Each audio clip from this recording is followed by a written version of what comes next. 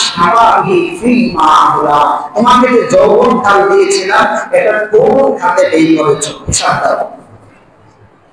এই যৌবনে শক্তি ছিল, সাহস ছিল, বুদ্ধি ছিল এবং পাঁচতে বাহুতে তোমার শক্তি ছিল, তুমি এই শক্তিটা কোন খাতে ব্যয় করেছো? আল্লাহর ইবাদতে ব্যয় করেছো, নামাজ রোজা হজ যাকাতে ব্যয় করেছো, অসহায় মানুষকে সাহায্য করেছো? তোমার এই যৌবনটা কি করেছো? নাকি অহেতুক মানুষকে রাস্তায় কাপড় দিয়েছো, ধাক্কা মেরে ফেলে দিয়েছো, জায়গা দখল করে ফেলেছো, জুল জখম করেছো, মানুষকে কিছু কষ্ট দিয়েছো কিনা? আল্লাহ তাআলা জিজ্ঞাসা করে ওয়ান শাবাবি ফিমা আবলা। আসসালামু আলাইকুম ওয়া রাহমাতুল্লাহি ওয়া বারাকাতুহু। ওয়ালাইকুম আসসালাম ওয়া রাহমাতুল্লাহি ওয়া বারাকাতুহু। আলহামদুলিল্লাহ আলহামদুলিল্লাহি নাহমাদুহু ওয়া নাস্তাঈনুহু ওয়া নাস্তাগফিরুহু ওয়া নু'মিনু বিহি ওয়া নাতাওয়াক্কালু আলাইহি ওয়া নাউযু বিল্লাহি মিন শুরুরি আনফুসিনা ওয়া মিন সাইয়্যিআতি আ'মালিনা। من يهده الله فلا مضل له ومن يضلله فلا هادي له ونشهد أن لا إله إلا الله وحده لا شريك له ونشهد أن سيدنا وسندنا وحبيبنا وحبيب ربنا ومولانا محمدا عبده ورسوله أرسله بالحق بشيرا ونذيرا وداعيا إلى الله بإذنه وسراجا وقمرا منيرا. أما بعد فقد قال الله تبارك وتعالى في كلامه المجيد والفرقانه الحميد. أعوذ بالله من الشيطان الرجيم. بسم الله الرحمن الرحيم. ألهاكم التكاثر حتى زرتم المقابر كلا سوف تعلمون ثم كلا سوف تعلمون كلا لو تعلمون علم اليقين لترون الجحيم. وقال النبي صلى الله عليه وسلم لا تزول قدم ابن آدم يوم القيامة حتى يسأل عن خمس: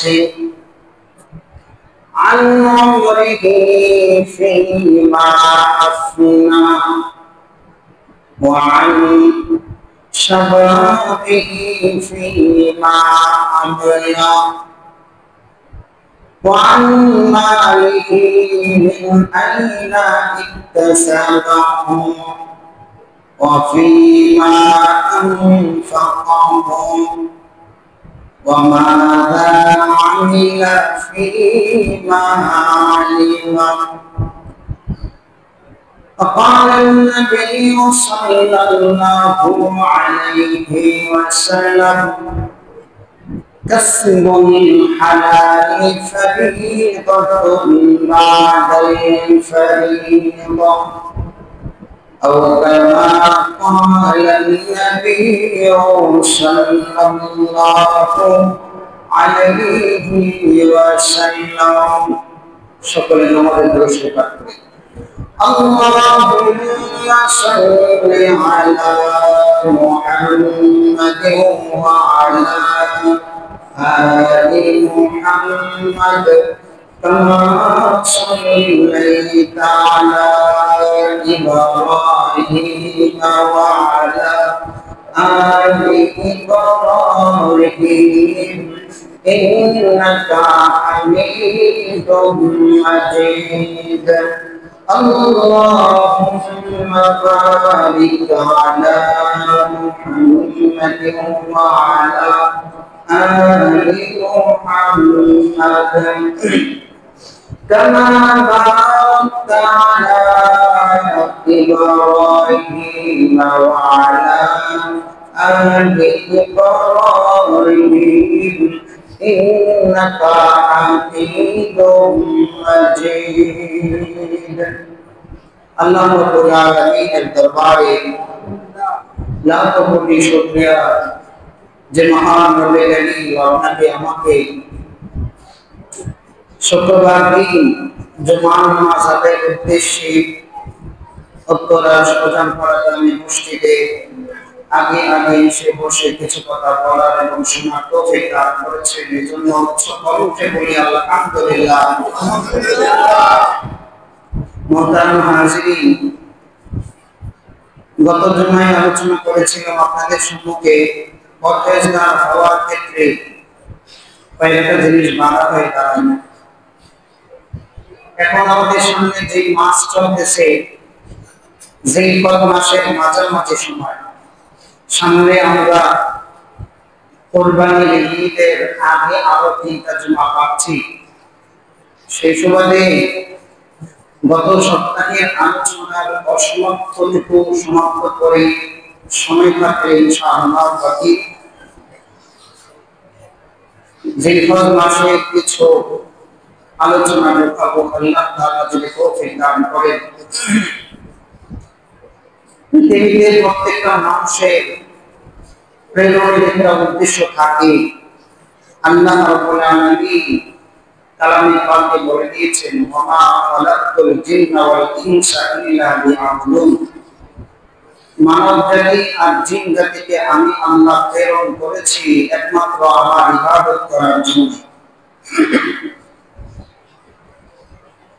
মানুষ আল্লাহ তাআলাকে চিনবে, জানবে, বুঝবে, পরহেজগারিত্বতা অর্জন করবে, দিনদারিত্বতা নিজের কাছে নিয়ে আসবে। আর এই দিনদারিত্বতা আনার ক্ষেত্রে কয়েকটা বাধা হয়ে দাঁড়ায়। নাম্বার 1 ওয়াসওয়াসা। গত জুমায় বলেছিলাম সন্দেহ। যে কোনো কাজ করে সন্দেহ সৃষ্টি হয়। আমি যে এই কাজটা করবো, ফলাফল কি পাবো, ওয়াসওয়াসা সৃষ্টি হয়। নাম্বার 2 খারাপ পরিবেশ। পরিবেশ যখন খারাপ হয় তখনও আল্লাহ বলতে গেলে বাধা হয়ে দাঁড়ায়। আজকে আপনাদের সম্মুখে ওই আলোচনার যে হিসাবে আলোচনা করব, আল্লাহ ওয়ালা পরহেজগার হওয়ার ক্ষেত্রে তৃতীয় আরেকটি বাধা হয়ে দাঁড়ায়। এটার নাম হলো হুব্বে মাল। মালের ভালোবাসা, সম্পত্তির ভালোবাসা, দুনিয়ার ভালোবাসা। এই দুনিয়ার ভালোবাসাটা আল্লাহ তাআলাকে পাওয়ার ক্ষেত্রে, পরহেজগার হওয়ার ক্ষেত্রে, দিনদার হওয়ার ক্ষেত্রে চরম বাধা হয়ে দাঁড়ায়।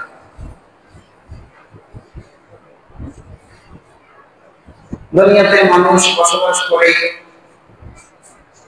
দুনিয়াতে চলার জন্য প্রত্যেকটা মানুষের জীবন উপকরণ হিসেবে কিছু জিনিসের প্রয়োজন হয়, আসবাবের প্রয়োজন হয়, সামানপত্রের প্রয়োজন হয়, স্ত্রী, বাল বাচ্চা, মাতা পিতার, আত্মীয় স্বজনের ভালোবাসা, মহব্বত, এই সমস্ত জিনিসের প্রয়োজন হয়। কিন্তু এই ভালোবাসাটা কতটুকু পর্যন্ত থাকবে, কি পরিমাণ ভালোবাসাটা থাকবে, আর কতটুকু ভালোবাসার মাধ্যমে আমি দিনদার হতে পারবো, পরহেজগার হতে পারবো, আল্লাহ ওয়াদা হতে পারবো। দুনিয়ার হার মানুষের অন্তরে একটা ভালোবাসা আল্লাহ সব জিনিসের দিয়ে রাখছেন, বিশেষ করে আসবাব কামাই করা। এই ভালোবাসাটা যেন আল্লাহর ভালোবাসার চেয়ে বেশি না হয়। আলোচনাটা যদি শুরু থেকে বোঝেন, আশা করি ইনশাআল্লাহ ফায়দা হবে। আমরা আল্লাহকে পাওয়ার ক্ষেত্রে, দিনদার হওয়ার ক্ষেত্রে বাধা হয়ে দাঁড়িয়েছে সামনে প্রাচুর্যের ভালোবাসা। এই প্রাচুর্যের ভালোবাসা আপনাকে আল্লাহ থেকে, দিন ধর্ম থেকে গাফিল করে রেখেছে। আমি এখন ব্যবসা করি, কিছুদিন ব্যবসা করেনি, টাকা পয়সা কামাই করি, তারপরে আমি আল্লাহওয়ালা হয়ে যাব। আমি এখন চাকরিজীবী, চাকরি করি, চাকরিতে সময় দেয়, নামাজের সময় হয়ে গেছে, আজান হয়ে গেছে, তো আমি আরেকটু কামাই করে নিই, তারপরে আমি নামাজ পড়ব। আমি এখন বিভিন্ন ব্যবসায় মারাত্মক ব্যবসায় লিপ্ত আছে, ওই ব্যবসায় তো পকেটে ঢুকে, যেদিক দিয়ে ঢুকে ভাবতেছে আরেকটু সময় কামাই করে নিই, তারপরে আমি ভালো হয়ে যাব। এই যে লোক ভালো হয়ে যাওয়ার লোক, এটা আপনাকে গাফিল করে রেখেছে, আপনার জন্য জাহান্নাম অবধারিত। বলেন নাউজুবিল্লাহ। এজন্য আপনাদের সম্মুখে আমি সূরা তাকাসুর পাঠ করেছি। আল্লাহ তাআলা বলেন, আনহাকুম তাকাতুর হাত্তা যুরতুমুল মাকাবির। আনহাকুম তাকাতুর, তাকাসুর শব্দের অর্থ তাকসীর থেকে মুফাসসিরিনে কেরাম অর্থ দিয়েছেন বৃদ্ধি, সম্পদের বৃদ্ধি। তাহলে অর্থ কি দাঁড়ালো? আনহাকুম তাকাতুর, প্রাচুর্যের লোভ লালসা, প্রাচুর্যের ভালোবাসা তোমাকে গাফিল করে রেখেছে, তোমাকে আচ্ছাদিত করে রেখেছে। এই যে দুনিয়ার ভালোবাসাটা, ধন সম্পদের ভালোবাসাটা তোমাকে গাফিল করে রেখেছে, পরহেজগার হওয়ার ক্ষেত্রে তোমার বাধা হয়ে দাঁড়িয়েছে। দুনিয়ার সব বিষয়ে আমি প্রাধান্য দিচ্ছি, আর আখিরাতের সব বিষয়ে আমি পিছনে ফেলে রেখে দিয়েছি। ওই বিষয়ে উদাসীন, এত প্রয়োজন নেই। দুনিয়াটা আমার আগে কামাই করতে হবে। দুনিয়া দুনিয়া দুনিয়া দুনিয়া বলতে বলতে বলতে কল্পের ভিতরে ঢুকিয়ে ফেলেছে। কি পরিমাণ ঢুকেছে! মুয়াজ্জিন সাহেব যখন আযান দেয়, কানে ঢোকে না। নামাজ চলে যাচ্ছে, কানে ঢোকে না। আপনার পর হজ খরচ হয়ে আছে, কামাই করেনি, আমি একটু দুর্বল হবো, একটু বয়স হবো, তারপরে যাবো। এই যে আরেকটু বয়স হবো, তারপরে যাবো, এই গাফিল করে রেখেছে। চাকরি বাকরি করার ক্ষেত্রে আমি একটু করে নিই, তারপরে আমি বুজুর্গ হব। আল্লাহ বলেন, আনহাকুম তাকাতুর, প্রাচুর্য তোমাকে গাফিল করে রেখেছে। প্রাচুর্যের প্রতিযোগিতা, ধন সম্পদের প্রতিযোগিতা তোমাকে আচ্ছাদিত করে ফেলছে। কাপড় দিয়ে ঢাকা ফেলে না, তোমাকে আল্লাহ থেকে দূরে সরাইয়া এই ভালোবাসাটা তোমাকে ঢাকা ফেলছে। এখন এই ভালোবাসা ছাড়া যায় না। এটা কতদিন পর্যন্ত থাকবে? আল্লাহ বলেন, হাত্তা যুরতুমুল মাকাবির, যতক্ষণ না তুমি কবরে পৌঁছো।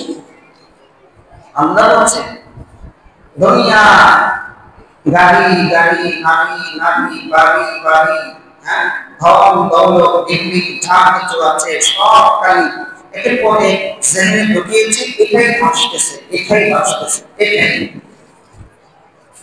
এই যে অর্জন অর্জন কামাই কামাই আমরা বলেন এটা কতদিন পর্যন্ত তোমার মুখের ভিতরে আর জবানের ভিতরে আর কলবের ভিতরে থাকবে। তুমি তো বলছো 2 দিন পরে, 5 দিন, 7 দিন, 2, 5, 10, 20 বছর পরে ভালো হয়ে যাবে। আল্লাহ বলেন না তুমি ভালো হবে না, তুমি এখন ভালো হবে। তুমি যদি এখন ভালো না হও তাহলে ভালো হবে না। আল্লাহ বলেছেন হাত্তা যুরতুমুল মাকাবির, যতক্ষণ না তুমি কবরে না পৌঁছো। মুফাসসিরিন কেরাম বলেন যতক্ষণ পর্যন্ত মানুষ হাত করে থাকে তাকে দুনিয়া কামাইয়ের জন্য, এই হাত বন্ধ হবে না ততক্ষণ না যতক্ষণ তার মুখে কবরের মাটি না ঢুকবে। হাত্তা যুরতুমুল মাকাবির কাল্লা সাউফা তা'লামুন।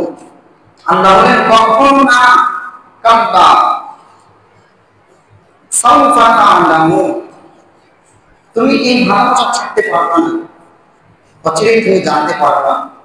সুম্মা কাল্লা সাউফা তা'লামুন, আবার আল্লাহ বলছে না এই ভালোবাসা তুমি ছাড়তে পারবে না, আমাকে বাবা বলে এটা বাবা। কাল্লা লাউ তা'লামুনা ইলমাল ইয়াকিন, ইলমে ইয়াকিন, একবারে নির্দিষ্ট ভাবে কলবের ভিতরে যতক্ষণ না তুমি না জানছো ততক্ষণ পর্যন্ত তুমি এই ভালোবাসা ছাড়তে পারবে না। লাতারাবুন্নাল জাহিম, আরে যতক্ষণ না তুমি জাহান্নাম না দেখছো ততক্ষণ তোমার ভিতর থেকে এই ভালোবাসা ছাড়বে না।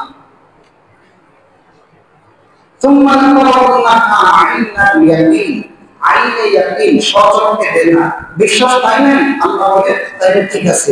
সুম্মা লাতারাবুন্নাহা আইনাল ইয়াকিন, যতক্ষণ সচক্ষে নাজার থেকে আইনে ইয়া, যতক্ষণ তুমি জাহান্নামকে সচক্ষে না দেখছো ততক্ষণ তুমি এই বিশ্বাস দৃঢ় হবে না। সুম্মা লাতুসআলুন্না ইয়াওমাইযিন আনিন নাঈম, সেদিন মানুষকে সব বিষয়ের নিয়ামত রাজি আমরা যা দিয়েছেন এই সব নিয়ামত রাজির বিষয়ে আমরা জিজ্ঞেস করব।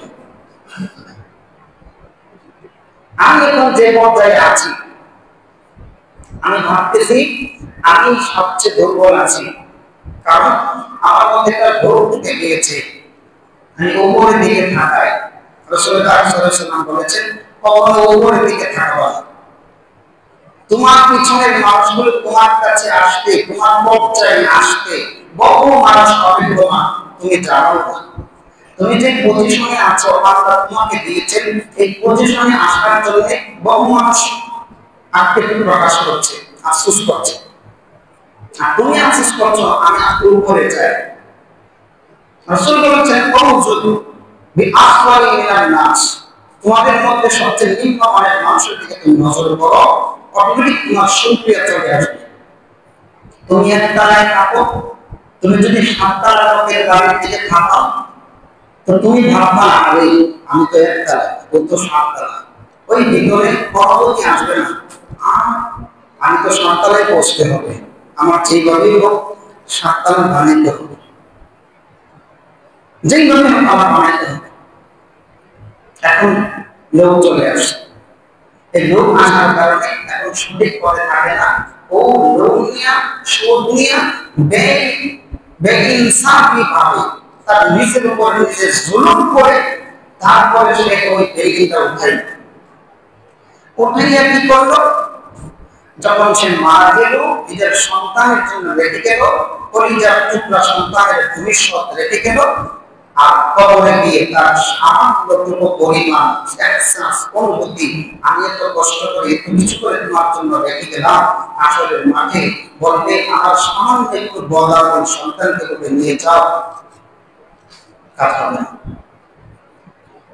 লা তাজিলু ওয়াসিলাতু ওয়াসরা উখরা, আসলে মাঠে একজনের আপন আরেকজন মিলে না, তো কি করলো উপরের দিকে বিদ্যার কারণে লোক চলে আসছে। রাসূল বলেছেন তুমি নিচে দিকে থাকো, তুমি যে টিন ছেড়ে আছো কত মানুষ তুমি দেখো, রাস্তার পাশে কিনারায় পড়ে আছে, রেলগাড়ির পাড়ে গিয়ে দেখো কত মানুষের হাত পা ফুলে রয়েছে, ব্যতীত দুর্ভাগ্য পরাক্রান্ত ওই মানুষের দিকে তাকাও, তার চেয়ে তুমি ভালো আছো। শুকরিয়া আদায় করতে মন চাবে। এজন্য কি করতে হবে? আমাকে যতটুকু আল্লাহ তাআলা দিয়েছেন এই ততটুকু পর্যন্ত আমি শুকরিয়া আদায় করতে হবে। লোভ আনা যাবে না। আল্লাহ হওয়ার ক্ষেত্রে আমার তৃতীয় নাম্বার বাধা হয়ে দাঁড়ায় প্রাচুর্যের ভালোবাসা। এই প্রাচুর্যের ভালোবাসা রাসূল সাল্লাল্লাহু আলাইহি ওয়াসাল্লামের পরিচয় ছিল না। রাসূল সাল্লাল্লাহু আলাইহি ওয়াসাল্লামকে বলা হয়েছিল, ওহুদ পাহাড় আপনাকে স্বর্ণ বানিয়ে দেই, আপনি হ্যাঁ বলে। রাসূল সাল্লাল্লাহু আলাইহি ওয়াসাল্লাম বলেছেন, না, আমি এটা নিতে রাজি না, আমি এটা নিতে রাজি না। মানুষের স্বভাব কি? যদি একটা ওয়াদিয়া, একটা উপত্যকা স্বর্ণের পাহাড় বানিয়ে দেওয়া হয়, তো সে বলবে দ্বিতীয়বার আরেকটা বানানোর জন্য। এরপরে আরেকটা বানিয়ে দিয়ে বলবে আরেকটা বানিয়ে দেওয়ার জন্য। রাসূল বলেছেন, তিরমিজি শরীফের হাদিস, মানুষের এতে হবে না। এখন প্রশ্ন আমাকে করতে পারেন, তাহলে কি আমরা দুনিয়া কামাই করবো না? দুনিয়া কামাই করার প্রয়োজন আছে, তবে দুনিয়া কামাই করার ক্ষেত্রে আল্লামা রুমি রহমাতুল্লাহ বলেছে, তুমি দুনিয়া কামাই করো মাশাআল্লাহ, ভালো কথা। নৌকার মতো, নৌকা কেমন? নৌকা পানির উপরে থাকে, নিচেও পানি, ডানেও পানি, বামেও পানি, সামনেও পানি, পিছনেও পানি, কিন্তু নৌকার উপরে পানি নেই। দুনিয়া কামাই করার অর্থ হলো তুমি এমন ভাবে জীবন পরিচালনা করো যেন এই দুনিয়া তোমার কল্পের ভিতরে লোক লালসা, ভালোবাসা না আসে। যখন তোমার ভিতরে লোক চলে আসবে, সাথে সাথে তুমি শুরু থেকে মন চাবে, বসে থেকে মন চাবে, আল্লাহকে থাপ্পড় দিতে মন চাবে, বেইনসাফিভাবে সারা অবৈধ করার মন চাবে, মানুষকে অত্যাচার করার মন চাবে, কারণ তুমি তো এখন লোক চলে আসছে, অর্জন করতেই হবে। শুকরিয়া। আর যদি তুমি এই ভাবনা করো যে এটা আমার জরুরত, এই কল্পের ভালোবাসা অপরওয়ানার সাথে, তাহলে অটোমেটিকলি আপনার ভিতরে একটা জিনিস চলে আসবে, আপনার ভালোবাসা। আর এই মহান রক্ত যা দিয়েছে, শুকর আলহামদুলিল্লাহ।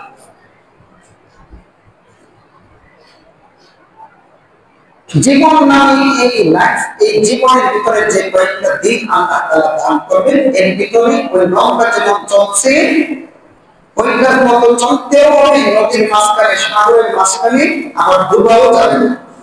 কামাইও করতে হবে, তবে কামাই করতে গিয়ে আমার দিন শরীয়ত ছাড়া যাবে না, অবৈধ ইনকাম করা যাবে না।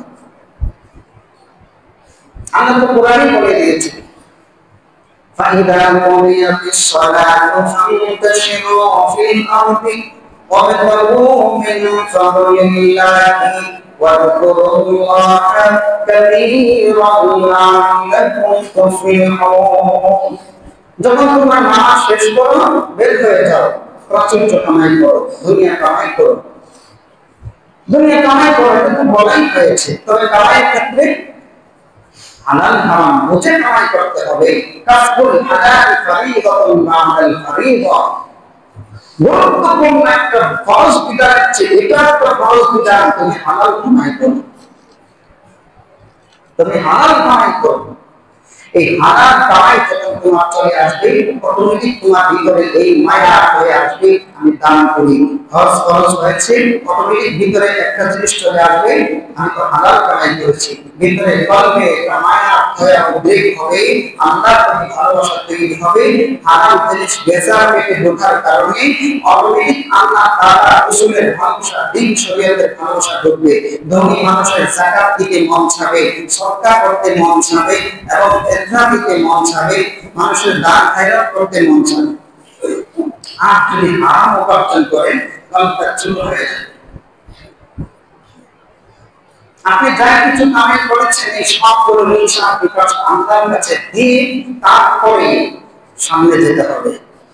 আসলে আমাদের 5টি প্রশ্নের জবাব না দিয়ে এক কলম পরিমাণ পান আমাদের পারবে না, এক চুল পরিমাণ পান হতে পারবে না। হাসরের মাঠে মানুষকে প্রশ্ন করা হবে, পাঁচটি প্রশ্ন। লা তাযুলু কদামা ইবনি আদম ইয়াওমাল কিয়ামাতি হাত্তা ইউসআলু আন খামসি। হাসরের মাঠে পাঁচটি প্রশ্নের জবাব দেওয়ার আগে এক কদম পরিমাণ প্রাণ দাঁড়াতে পারবেন না। আন উমরিহি ফীমা আফনা, আপনাকে যে আল্লাহ জীবন দিয়েছে, বয়স দিয়েছে, এটা কোন খাতে ব্যয় করেছে? আমি যে তোমাকে ৬০-৬৫ বছর হায়াত দিলাম, ৭০ বছর জিন্দেগি দিলাম, এই ৭০টা বছর জিন্দেগি তুমি কোন খাতে ব্যয় করেছো? এক নাম্বার প্রশ্ন। আন উমরিহি ফীমা আফনা, তোমার জীবন যৌবন এটা কোথায় ব্যয় করেছো? তোমার জীবন হায়াত দিলাম, জন্ম সূত্র থেকে নিয়ে মৃত্যু পর্যন্ত সমস্ত ব্যয়টাই আমার ছিল। আমি আল্লাহ তোমাকে প্রতিপালন করেছি, এখন প্রতিপালন করতে গিয়ে তুমি কি কামাই করেছো? আমি আগে উদাহরণ দিয়েছিলাম, একটা মানুষ এখান থেকে টার্গেট করেছে জয়নাল মার্কেট যাবে, ওখানে গিয়ে খারাপ কাজ করে। এখন আপনার কাছে প্রশ্ন, এখান থেকে জয়নাল মার্কেট পর্যন্ত যাওয়ার ক্ষমতা এই ব্যক্তির আছে? কথা বলেন না কেন? এই মসজিদ থেকে নিয়ে জয়নাল মার্কেট পর্যন্ত যাওয়ার ক্ষমতা এই ব্যক্তির আছে? সন্দেহ আছে নাকি? এই ব্যক্তির আছে। ব্যক্তি নিয়ম করেছে কোথায় যাবে? জয়নাল মার্কেটে।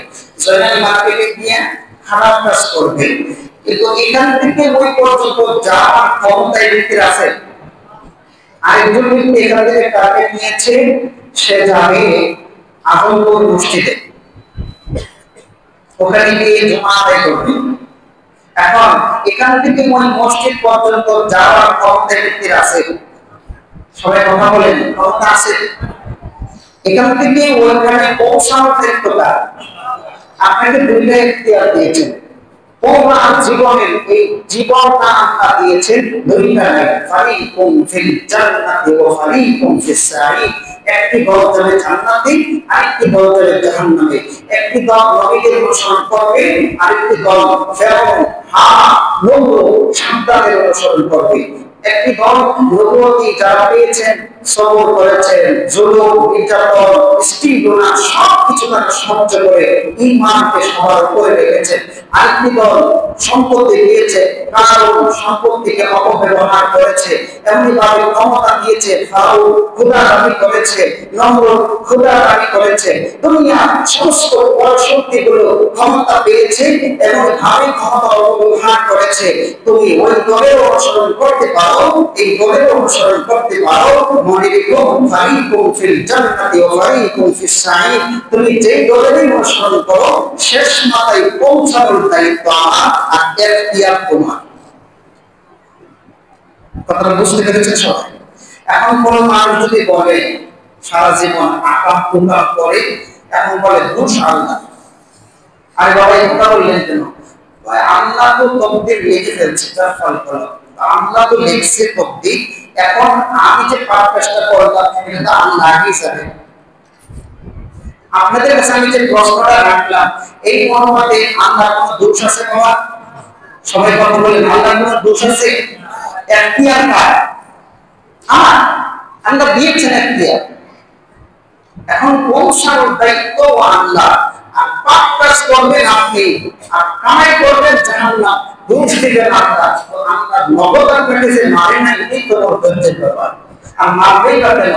আল্লাহ তাআলার কাছে তাম পৃথিবীর সমস্ত কিছু, যত কিছু আছে, একটা মাছি দানা পরিমাণ কিছু মূল্যায়ন নাই।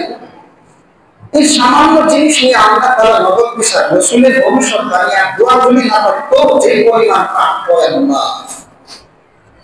এজন্য জীবনের হিসাব দিতে হবে। এক নম্বর, আন উমরিহি ফীমা আফনা ওয়া আন শাবাবিহি ফীমা আবলা। তোমাকে যে যৌবন কাল দিয়েছিলাম, এটা কোন খাতে ব্যয় করেছো? হিসাব দাও। এই যৌবনে শক্তি ছিল, সাহস ছিল, বুদ্ধি ছিল, এবং পাঁচতে বাহুতে তোমার শক্তি ছিল, তুমি এই শক্তিটা কোন খাতে বের করেছো? আল্লাহর ইবাদতে বের করেছো, নামাজ রোজা হজ যাকাতে বের করেছো, অসহায় মানুষকে সাহায্য করেছো? তোমার এই যৌবনটা কি করেছো? নাকি মহেন্দ্র মানুষকে রাস্তায় খবর দিয়েছো, ধাক্কা মেরে ফেলে দিয়েছো, জায়গা দখল করে ফেলেছো, জুল জখম করেছো, মানুষকে কিছু কষ্ট দিয়েছো কিনা? আল্লাহ তাআলা জিজ্ঞাসা করে ওয়ান শাবাবি ফিমা আবলা। তোমার এই যৌবনটা এই বিষয়ে হিসাব দাও। 3 নাম্বার ওয়ান মালিহি মিন আইনা ইকতাসাবাহু, এবং তুমি কোন দিক থেকে মান উপার্জন করেছো? অফিমা আনফাকাহু, এবং তুমি কোথায় ব্যয় করেছো? তৃতীয় নাম্বার কিভাবে মান উপার্জন করেছো? চতুর্থ নাম্বার কোন খাতে মান ব্যয় করেছো? আল্লাহু আকবার। মান, এই মান আর সম্পদ প্রাচুর্য এগুলো হলো আল্লাহ তাআলা বলেন আল্লাহ মুতাকাত, এই সব কিছুর ভালোবাসা তোমাকে গাফিল করে রেখেছে। ওয়ান মা আমিলা ওয়া মা না আমিলা ফিমা আলিমা, পঞ্চম নাম্বার তুমি যা জেনেছো এই অনুযায়ী আমল করেছো কিনা? আল্লাহু আকবার। আসলে মানে তো আগে করা কম আমরা যা জেনেছি তা অনুযায়ী আমল করেছি কিনা, তাহলে আমি জানবো না। জানলে যে ওখানে ধরবে তো জানবো না, নাকি? মনে রাখবে যত পরিশ্রম ততই ফলাফল ভালো। যতই জানা হয় সেগুলোতে আমল করা হয়, পুরস্কার কত বেশি হয়। সবচেয়ে বেশি পুরস্কার প্রাপ্ত হবে নবীগণ, কারণ আল্লাহ তাদেরকে জেনেও দিয়েছেন বেশি, পরীক্ষাও করেছেন বেশি। যারা নবীদের যত কাছাকাছি হবে, যত বেশি জানবে, আল্লাহ তত বেশি পরীক্ষাও করবে, আর ফলাফল পুরস্কারও আল্লাহ সবার উপরে দিয়ে দেবেন। সুবহানাল্লাহ। এজন্য পরহেজগার হওয়ার ক্ষেত্রে 3 নাম্বার বাধা গত জুমায় আলোচনা করেছিলাম। 1 নাম্বার ওয়াসওয়াসা, 2 নাম্বার খারাপ পরিবেশ। আজকের আলোচনা পরহেজগার হওয়ার ক্ষেত্রে প্রাচুর্যের ভালোবাসা বাধা হয়ে যায়। এই প্রাচুর্যের ভালোবাসা করে যায় লালন করা যাবে না, কামাই করা লাগবে। যতটুকু কামাই করলে আপনি কামাই করেন, আপনি যতটুকু কামাই করেন, এই কামাইটা যেন কলবের ভিতরে না ঢুকে যায়। এই কলবের ভিতরে একমাত্র জায়গা দিতে হবে কার? সবাই বলেন কার? আল্লাহর ভালোবাসা, আল্লাহর মহব্বত হৃদয়ে ঢুকান, অটোমেটিক নামাজ পড়তে মন চাবে। টাকা আছে, কড়ি আছে, সম্পত্তি আছে, এগুলো আল্লাহর রাস্তায় এই করতে মন চাবে।